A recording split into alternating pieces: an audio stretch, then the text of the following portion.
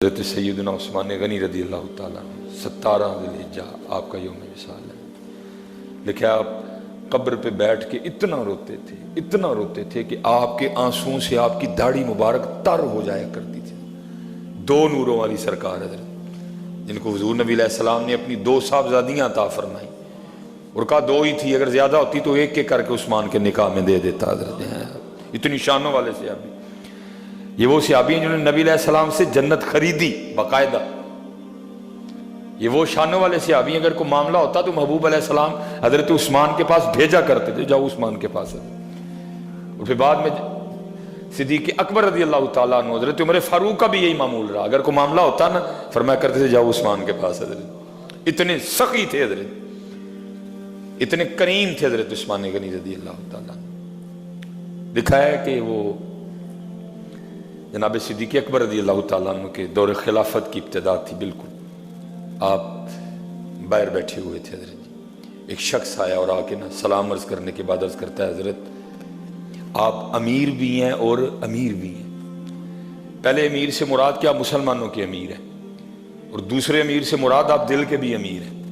بعض دفعہ لوگ امیر تو ہوتے ہیں، دل کے امیر نہیں ہوتے ہیں۔ ہمیشہ حضرت اللہ سے دعا کرنا، یا اللہ مال بھی دینا، پھر اس کو خرچ کرنے کی توفیق بھی دینا حضرت۔ مال بڑے بڑے لوگوں کے پاس ہے، خرچ کرنے کی توفیق نہیں ہے حضرت سب کے پاس۔ رو پڑتے ہیں لوگ جب اللہ کے راستے میں خرچ کرنے کی بات۔ ہمیشہ اللہ سے دعا کرنا، یا اللہ مال بھی دینا لیکن اس کو خرچ کرنے کی توفیق بھی دینا حضرت۔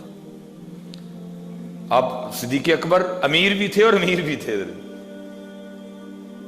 میں وہ شخص عرض کرتا ہے حضور میں کوئی عادی مانگنے والا نہیں، ایک تاجر ہوں، شام سے تعلق ہے، بس کچھ حالات اس طرح کے بنے کہ پاس ہی کچھ نہیں رہا، میں نے کسی کے پاس جانا مناسب نہیں سمجھا، آپ کی بارگاہ میں حاضر ہوا ہوں، مجھے خالی نہ لوٹائیے گا۔ لیکن صدیق اکبر رضی اللہ تعالیٰ نے اس شخص کا ہاتھ پکڑا تو اندر لے گئے۔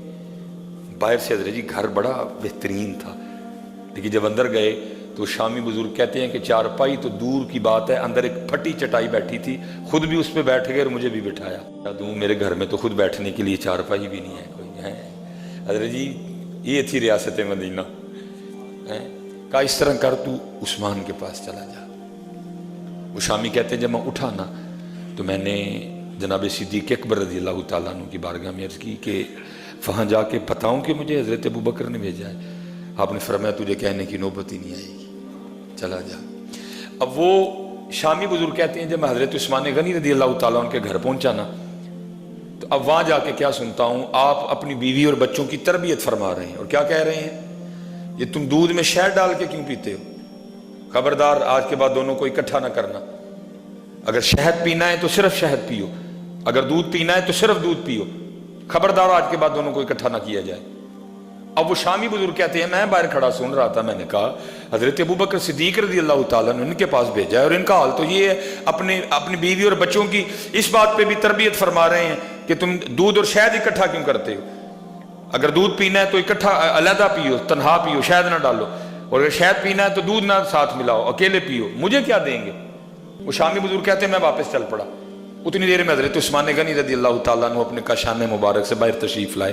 فراست والے لوگ تھے نا، مجھے بلا کے کہا بھائی اگر آیا تو بغیر ملے جا رہا ہے؟ کہتے میں واپس آیا، آ کے میں نے سلام عرض کی، سلام کا جواب بھی مرحمت فرمایا، ساتھ مسکرائے بھی۔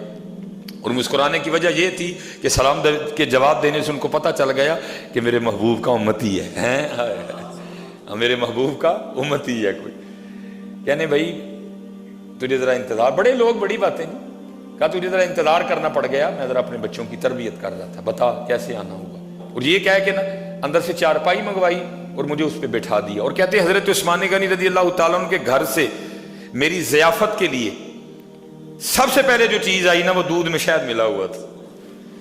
کہتے اس کے بعد جو آیا وہ کھجوروں کا حلوہ آیا، مجھے کھلا کے پلا کے پھر پوچھتے ہیں بھائی کیسے آنا ہوا؟ کہتے میں نے عرض کی حضور میں ایک تاجر ہوں، کچھ معاملات اس طرح کے بن گئے کہ مجھ پہ بڑا قرض آ گیا، میں جناب صدیق اکبر کی بارگاہ میں حاضر ہوا، انہوں نے آپ کی طرف بھیجا۔